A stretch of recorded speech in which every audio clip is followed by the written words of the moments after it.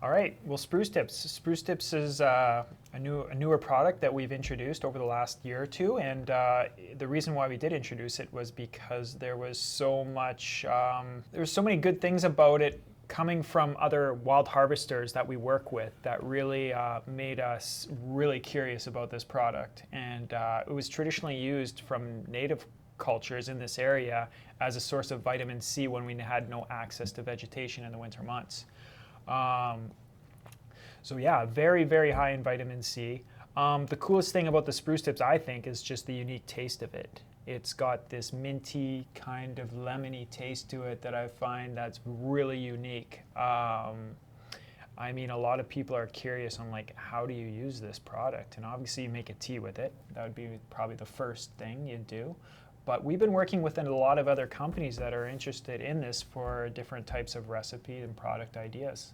We have one company we work with out of the Kootenays that is making kombucha with it. Mm-hmm. We have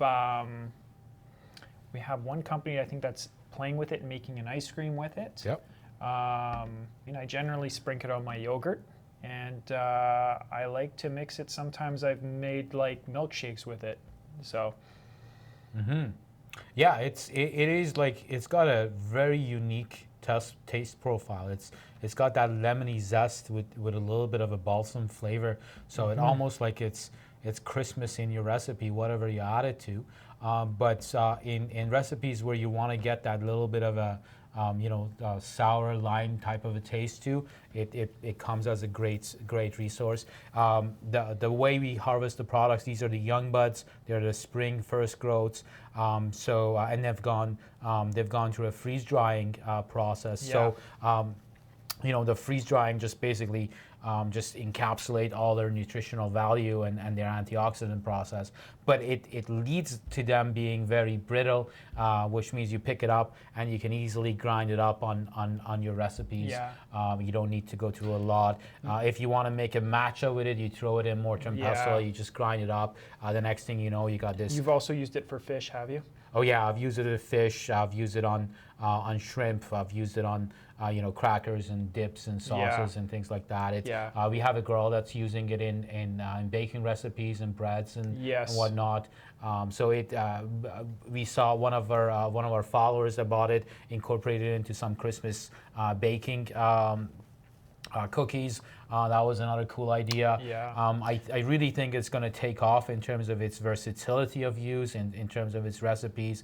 But food for sure, and then you can get medicinal benefits. Really, one of our probably our proudest collaboration up to date has been working with a company called 52 North, and what we're doing is we're teaming with them and we're making an actual drink. It's they make birch water teas. That's kind of Tetra Pak.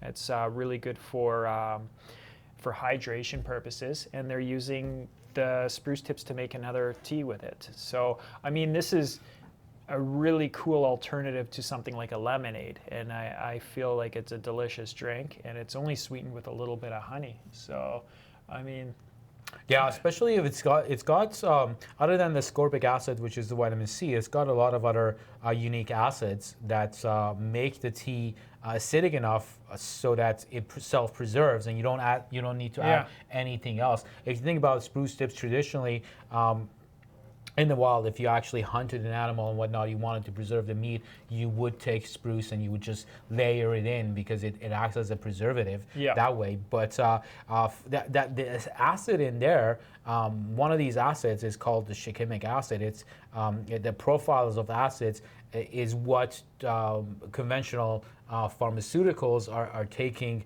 these precursor acids and making drugs such as Tamiflu, which is for upper respiratory tract infections. Mm-hmm. The traditional First Nation use of this has always been for upper respiratory kind of conditions because of and as food in terms of its vitamin source, vitamin C source.